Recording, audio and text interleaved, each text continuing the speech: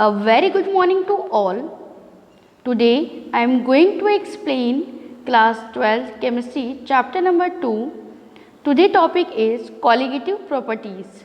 Colligative properties depend only on the number of the solute particle present, not on the identity of the solute particle.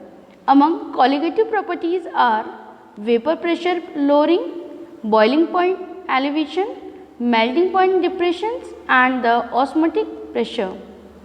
First, vapor pressure.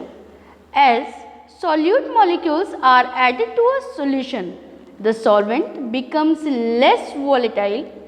Solute-solvent interactions contribute to the effect, therefore the vapor pressure of a solution is lower than that of the pure solvent. If a solute is non-volatile, that means that it does not have a measurable vapor pressure, the vapor pressure of its solution is always less than that of the pure solvent. Now, the second is Raoult's law. Thus, the relationship between the solution vapor pressure and solvent vapor pressure depends on the concentrations of the solute in the solution. This relationship is expressed by Raoult's law.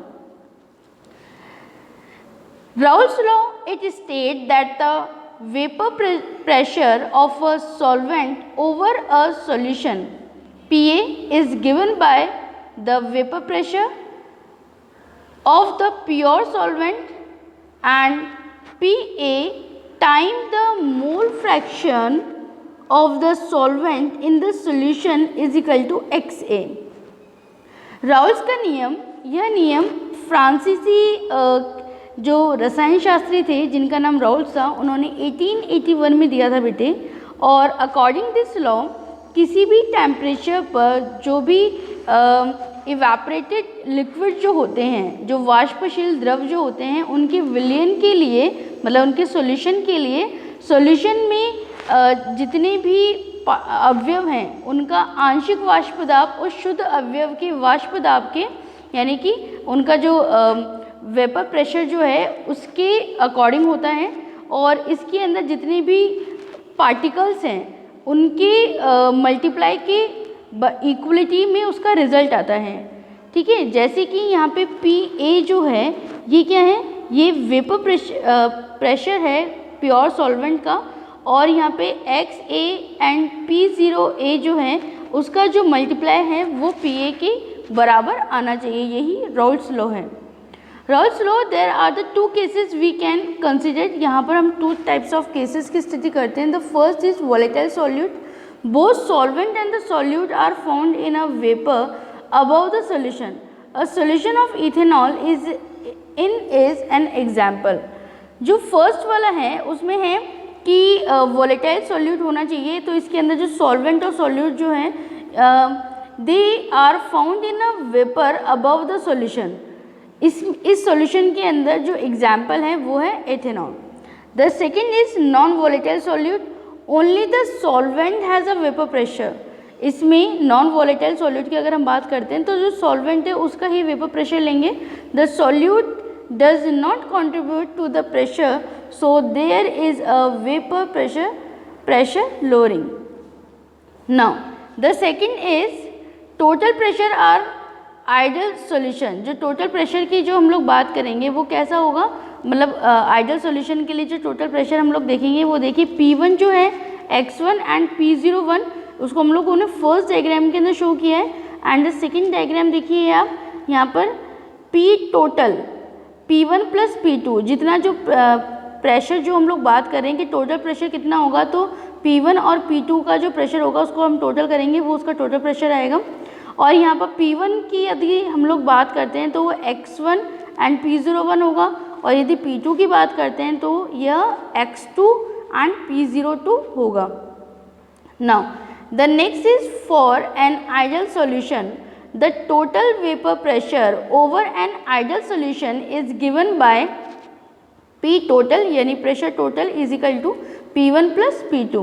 In a solution containing only one solute X1 is equal to 1 minus x2 where x2 is the mole fraction of the solute is equal to x1 p1 plus x2 p2 is equal to, अब इसमें से हम क्या करेंगे, common निकालेंगे, then अंदर क्या बचा हमारे पास में 1 माइनस एक्स2 p1 इसके अंदर से हमने कॉमन ले लिया था प्लस x2 p2 और एट इन द लास्ट जो सोल्यूशन हमारे पास में आया वो क्या है, p1 plus x2 is a multiply bye जो x2 है is a multiply bye p2 minus p1.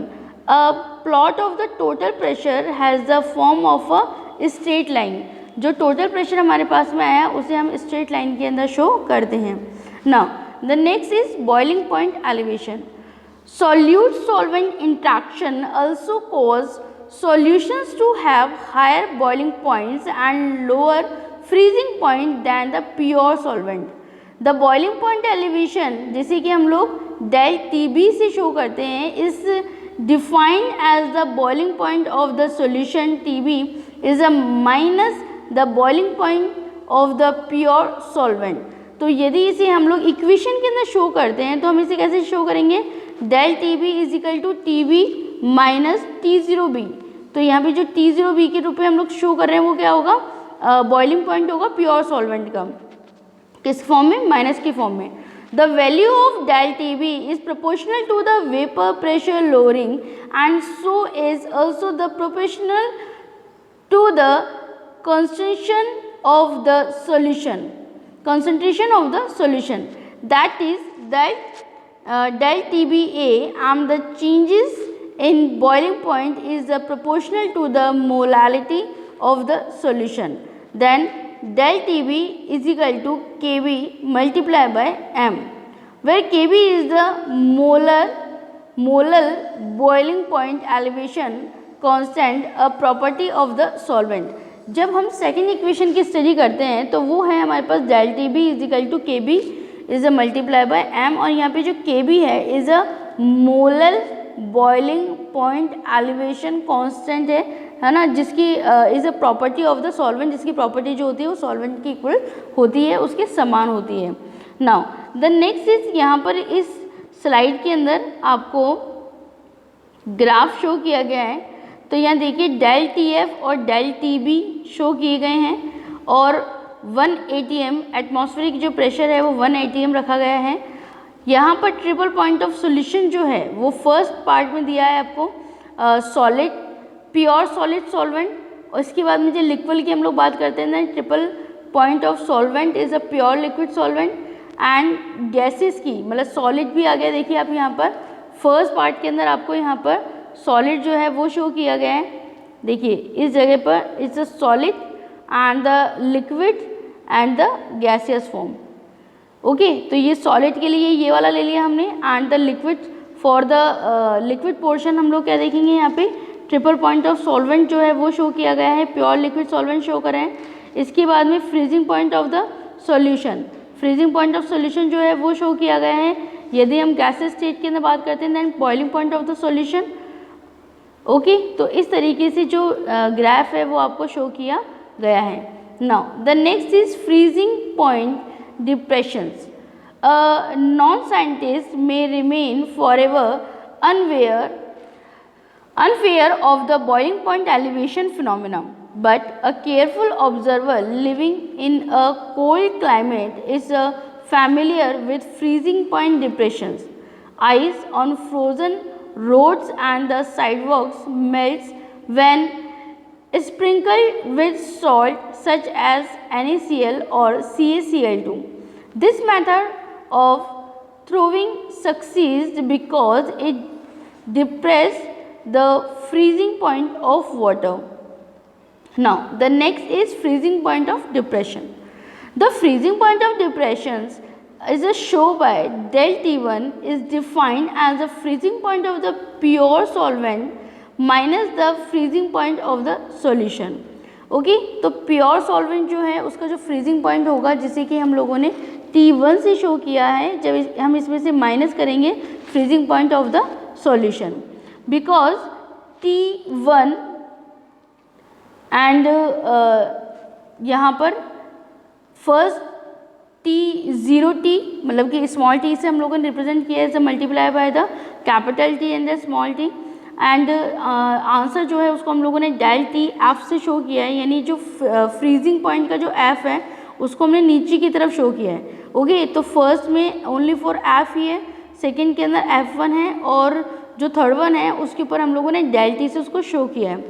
Then is a positive quantity, ये जो भी इसकी क्वांटिटी आएगी वो पॉजिटिव होगी। Again is a del T F is a proportional to the concentration of the solution, where m is the concentration of the solute in molality units and the kf is the molar freezing point depression constant। तो यहाँ देखिए आपके पास में जो next equation जो आपको दी गई है वो है del T F is equal to K F is multiply by M. यहाँ पर m जो है is a concentration of the solute in molality units. Molality units के अंदर जो सोल्यूट है उसका कॉन्सेंट्रेशन जो है वो हमने यहाँ पे शो किया है। And kf is the molar freezing point depression constant, और जो kf जो है वो फ्रीजिंग पॉइंट डिप्रेशन है। वी यूज मोलालिटी सीज the solvent properties do matter and therefore we would like to calculate the result in relation to a fixed amount of the solvent. The constant Kf depends on the solvent and is a function of the enthalpy of freezing and the molar mass. तो जो constant है Kf, जो Kf का जो constant है it depends on the solvent and is a function of the enthalpy of a freezing and the molar mass. Now the next freezing point depression, इसको हम लोगों ने जो टू आपके साथ में इक्वेशंस शेयर की थी उसी को यहाँ पे अगेन शो किया गया है। हियर के F is the molar freezing point depression constant of the solvent and the similarity between the freezing point depression and the boiling point elevation is not accidental.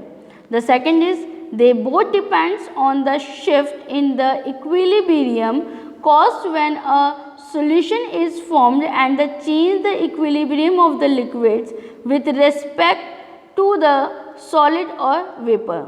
Now in both equation del T does not depend on what the solute, यहाँ पे जो del T है वो इस बात पर निर्भर करता ही नहीं है कि solute कैसा है, but only on how many particles are dissolved, बस इस पर डिपेंड करता है कि solute के कितने particles जो हैं वो डिजोल्व हुए हैं। Okay, now next is molar boiling point elevation and freezing point depression constant of several common liquids. यहाँ पे कुछ लिक्विड्स हैं, इनके फ्रीजिंग पॉइंट्स जो हैं वो एंड द बॉइलिंग पॉइंट जो हैं वो आपके साथ शेयर किए गए हैं।